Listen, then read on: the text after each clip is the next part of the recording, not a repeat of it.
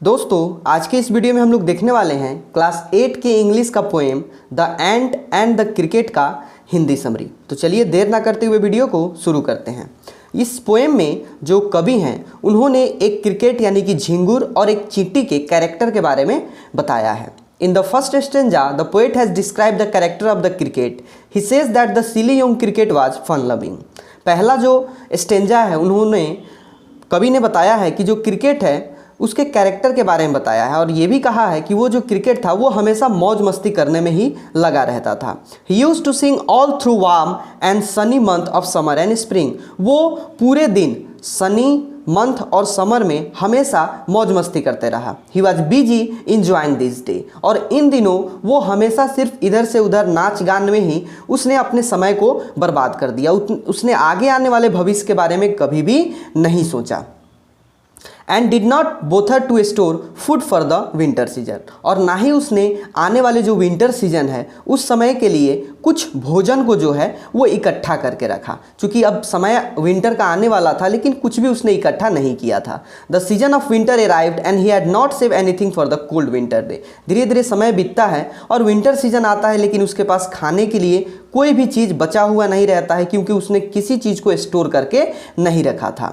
He could not find food to eat, not even a small dry piece of bread. उससे खाने के लिए जो है कोई चीज़ नहीं मिलता है, ना ही एक छोटा ब्रेड का टुकड़ा ही मिलता है जिसे वो खा के अपना पेट भर सके।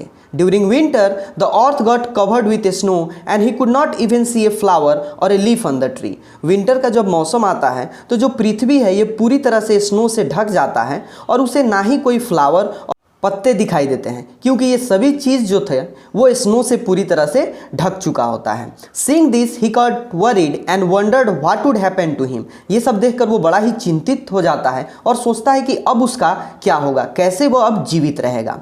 The sign of starvation could be seen on his face. उसके चेहरे पर अब जो भूख की जो तड़प थी वो धीरे धीरे उभरना शुरू हो जाता है। वो भूख के मारे अब व्याकुल होना शुरू हो जाता है, क्योंकि उसे बड़ा जोर से अब भूख लगता है। उसने किसी चीज़ को तो स्टोर किया रहता नहीं है।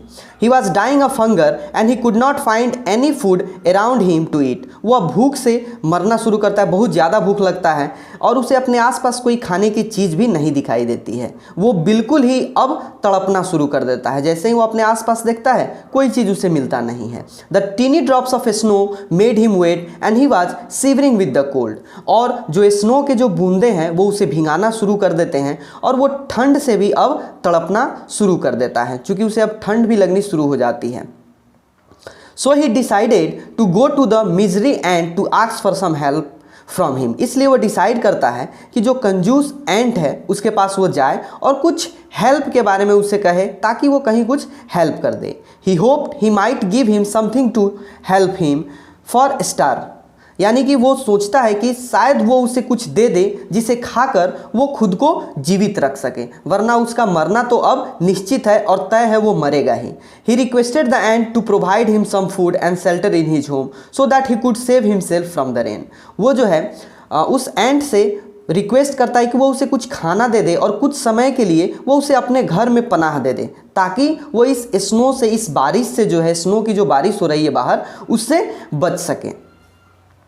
He also made it clear to the ant that he would repay the grain। वो ये भी उस एंट को बताता है कि जब ये ठंडा का मौसम बीत जाएगा तो वो जो एंट है जो भी चीज़ उसे खाने को देगा वो उसे इस मौसम के बाद उसे वापस कर देगा, लौटा देगा। कोई भी चीज़ वो रखने वाला अपने पास नहीं है। He said he needed this help otherwise he would die of starvation and sorrow। वो कहता है कि उसे यह मदद चाहिए, अगर वो एंट उसे मदद नहीं करता है तो वो भूख के मारे वो मर जाएगा, अब वो जीवित रहने वाला नहीं है, क्योंकि वो भूख से और ठंड से अब ठिठुर रहा था। After listening to the cricket the ant said he thinks of himself as his servant and a friend but ants neither borrow nor lend anything. ये सभी सुनकर जो एंट है वो उसे कहता है कि देखो मैं जो हूँ तुम्हारा दोस्त हूँ, लेकिन तुम जानते हो या तुम्हें ये समझना चाहिए कि जो एंट है ना ही वो किसी से मांगती है और ना ही किसी को वो कुछ देती है। उसे खुद पे भरोसा है और वो खुद मेहनत करती है। Further the ant asked why he had never thought of storing food for the winter season. बाद में जो है एंट जो है वो उस क्रिकेट से, झिंगुर से पूछता है कि तुमने जो है समर सीजन में और स्प्रिंग सीजन में अपने लिए भोजन को इकट्ठा क्यों नहीं किया? तुम इस दौरान क्या कर रहे थे कि तुमने अपने लिए विंटर सीजन के लिए भोजन को इकट्ठा नहीं किया? The cricket replied to him that he had never thought of the future. इसके बाद वो जो है उसे जवाब देता है कि उसने कभी भी इस सीजन के बारे में या आने वाले समय के बारे में नहीं सोचा, उसने अपना समय सिर्फ मौज मस्ती में ही बिताया। He was busy enjoying the pleasant days and did not imagine that he would face such difficulty during the winter season. वो बताता है कि वो उस दौरान हमेशा मौज मस्ती करता रहा और इस डिफ़िकल्ट समय के बारे में, विंटर सीजन के बारे में उसे सोचने का समय ही नहीं मिला। ही sang song days and night and spent the summer and winter season enjoying them and having fun। वो बताता है कि वो दिन भर मौज मस्ती करते रहा और इस मौसम के बारे में उसने कभी भी नहीं सोचा कि इस मौसम में उसे भूख और आवास यानी कि घर ना रहने के कारण दिक्कत हो सकता है। The ant then told him to go from his home and sing and dance all through the winter। यह देखकर जो एंट है उसे कहता है कि तुम मेरे घर से निकल जाओ और इस विंटर सीजन में तुम जाके बाहर तुम्हें जो करना है वो कर सकते हो, क्योंकि मैं जो है तुम्हें कुछ देने वाला नहीं हूँ। The ant thus put an end to the conversation and pluck the poor windows out of his home। इसके बाद जो है जो एंट है उसे अब बात को वो चाहता है कि बंद कर दे, बातों को बंद करता है और कहता है कि तुम मेरे घर के बाहर अब निकल जाओ। इस तरह से वो अपने घर के दरवाजे को बंद कर लेता है और जो क्रिकेट है यानी कि जो झिंगुर है वो उसके घर के दरवाजे से बाहर हो जाता है। The poet says that people call this a story, but it happens in reality. Many humans spend their lives similar to the cricket and do not prepare for their future।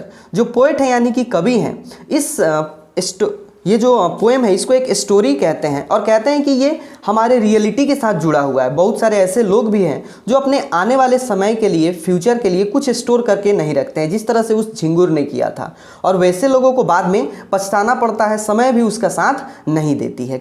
तो दोस्तों यह था इस पोएम का एक छोटा सा brief Hindi summary. तो इस वीडियो में बस इतना ही। मिलते हैं हम अगले वीडियो में किसी दूसरे टॉपिक के साथ। तब तक दोस्तों आप हमारे चैनल पर बने रहिए और हमारे वीडियो को देखते रहिए। दोस्तों अंत तक हमारे इस वीडियो पे बने रहने के लिए आपका बहुत बहुत धन्यवाद। तो मिलते हैं अगले वीडियो में, तब तक के लिए दोस्तों जय हिंद, जय भारत।